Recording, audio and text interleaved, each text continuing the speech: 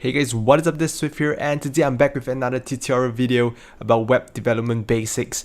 A few weeks ago, I taught you guys how to think in terms of grid layouts, right? Layout and skeletoning your website with grids, because that's what everyone does. And this time around, we are going to translate it into code, right? Like some of the most basic thing of it, the basics at least. Right, so this is the video. If you haven't watched it, maybe you could go take a look at it and understand a little bit about how to think in terms of grids, right? So to do that, today I'll be translating it into code, whatever we have learned previously. So the framework that I'm going to use is called Semantic-UI, one of the more popular ones, next to things such as the most popular one probably that you might have heard of is Bootstrap. So the reason why I'm using Semantic-UI is basically purely out of preference kind of thing. I feel that it's much more intuitive for me and it works better for me, so that's why I use it. But I'm going to show you that regardless of what framework you use, and almost all framework has grids, it works the same way, right? In terms of the rows, in terms of the columns, so on and so forth. So this is Semantic-UI. You can read more about it if you're interested. Otherwise, what I want you to do now is to just create a new HTML file, name it whatever you want, and open it up in your browser, right? So all the code that I'm going to show you here today will be available. I'll put it in the description, so you can just go and view it in case you're lost or anything like that. So open it up, and I assume that you know some basics HTML, right? So we have the HTML tag, the header, and then the body. The head, and the body. We have to link to the, this is the Semantic-UI's CSS file, and we're going to just work with it, right? So once that is done, we're going to start coding. So to take reference, what I want to show you is that taking back Semantic-UI website, I've explained previously before that we have usually the standard few things that are available on websites, right? We have the header, which is here on top. We have like a splash image kind of thing, and then all these partial segments are all possible to be different rows as well. I believe I've told you that.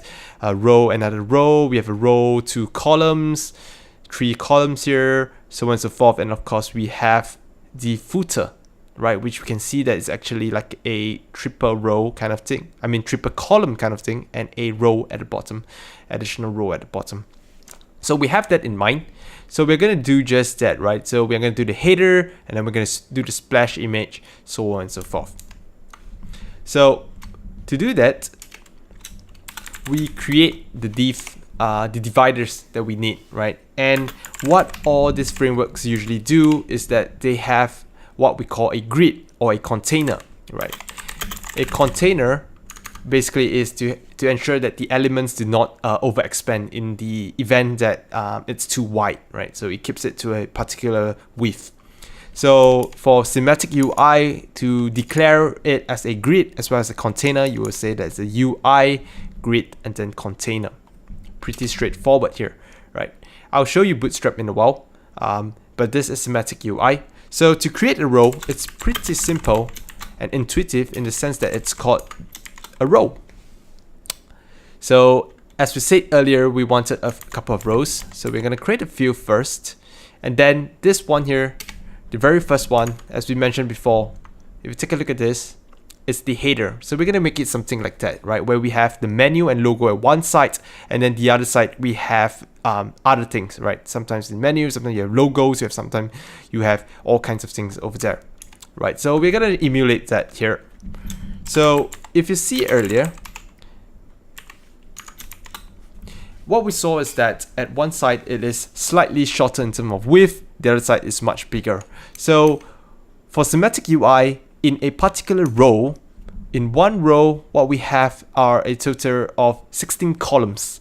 So you divide it accordingly. So if you have 6 on one side, the other one, if you want to have it 2, you have 10, right? So to declare the width of a column, it is done basically like that, right? So 6 wide, that means that's the width column.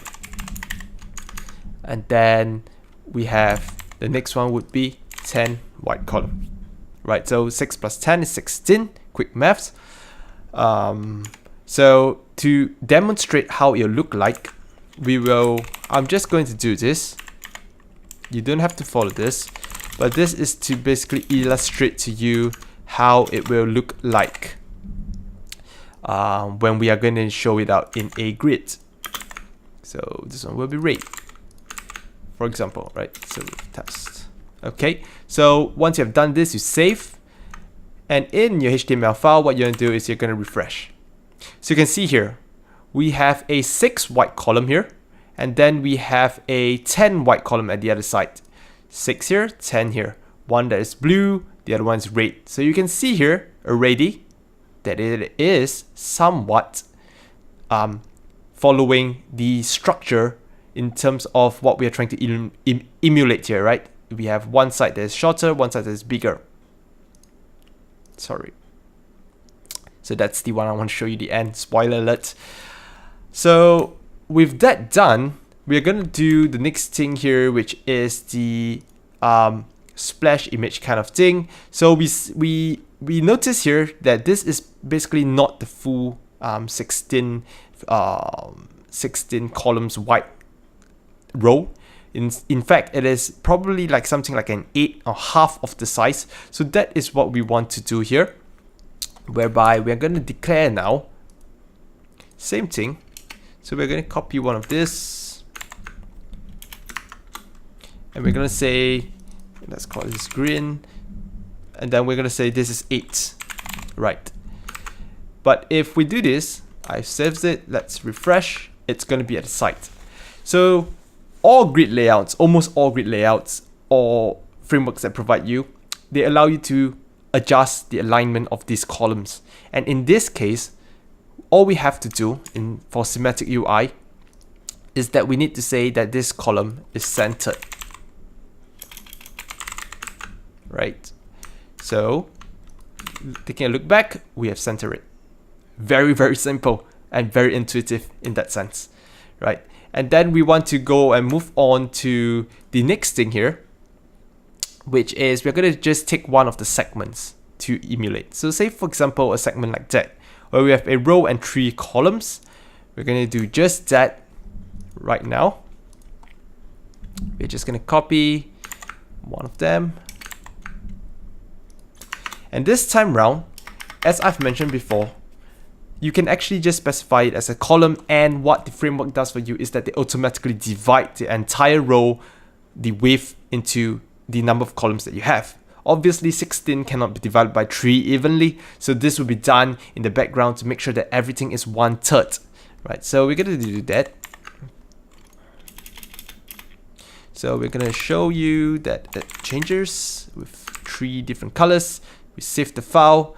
So you can see here, this row here, we have 3 columns, and then we're going to show you what it looks like. 3 columns. Now we have a problem. So this one here now, they don't understand that it is 3 columns. So there's something I missed out. It's basically you have to tell them that this is a 3 column row, right? And if we save that, we refresh, there we go. A 3 column row, done, right? So this follows this, pretty much the same. Of course, they have content, so it looks very weird here with all the very glaring colors, but we will make do. And then the last part here that we notice is that the footer here, we have very thin columns here and a very wide one here. So we're going to do just that as well.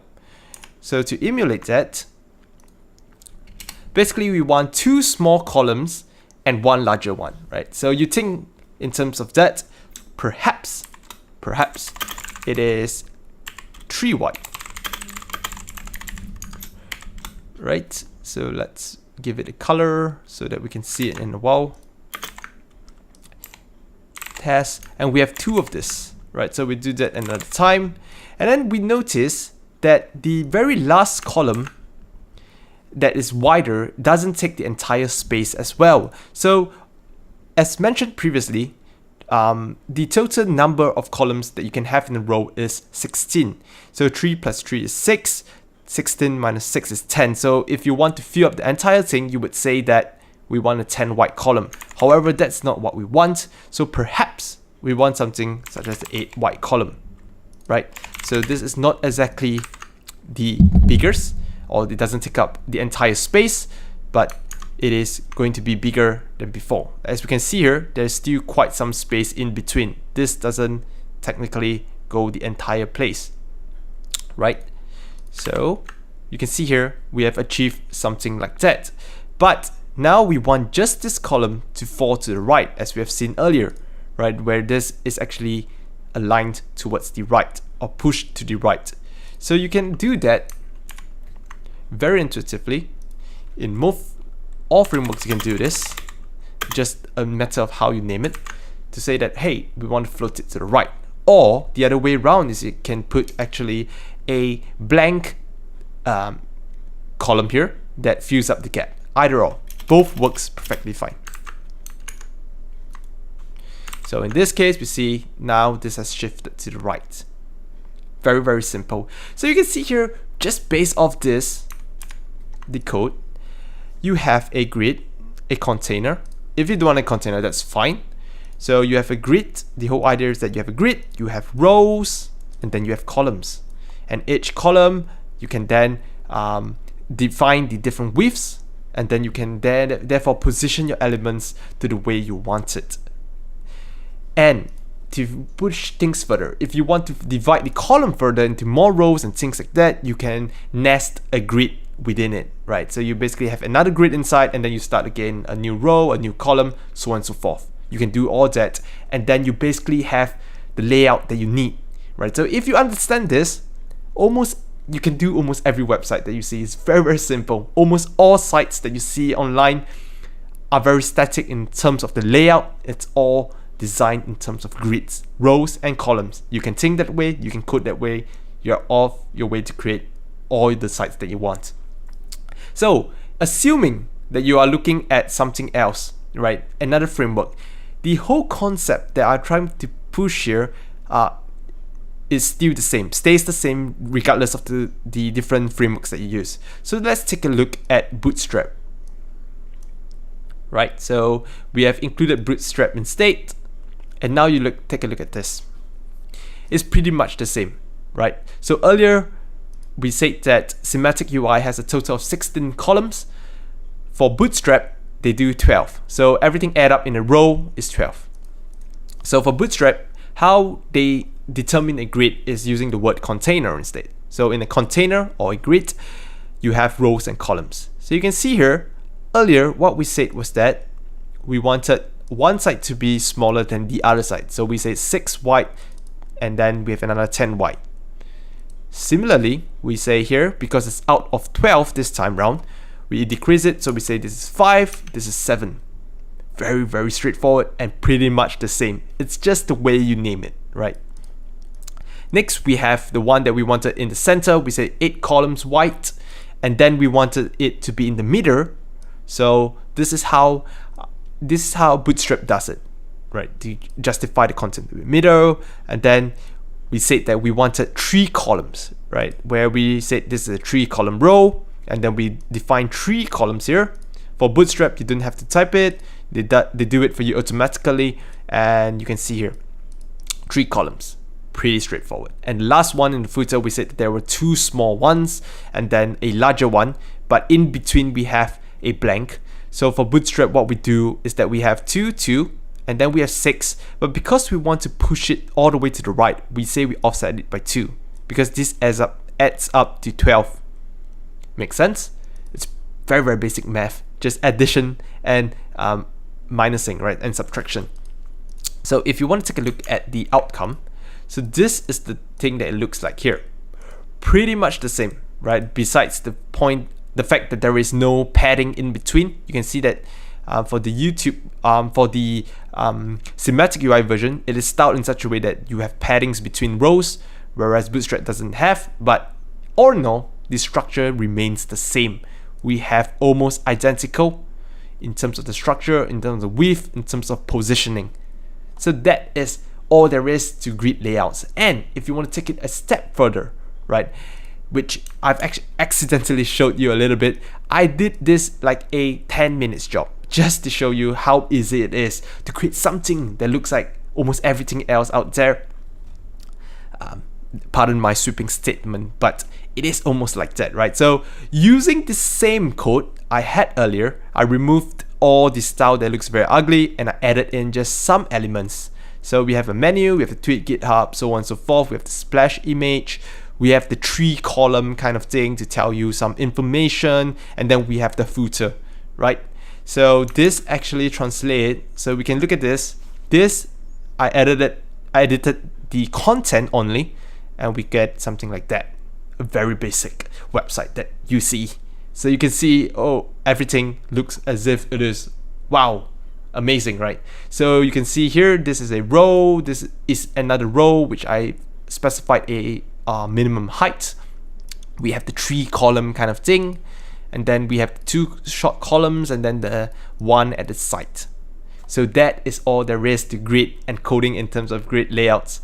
So like I've mentioned in the code, if you have any questions, do feel free to ask me via the comments or private message me. I'll try my best to answer you. And also, please, if you have any suggestions or anything you want to learn, or what my next video should be, do let me know as well. I'm more than happy to see if I can actually cover it in a tutorial or video. And otherwise, I think that is it. And happy coding. I hope that you've learned something from this. And I'll see you guys again next time. Of course, do like this video if you find it informative, and do subscribe to be notified when the next video comes out.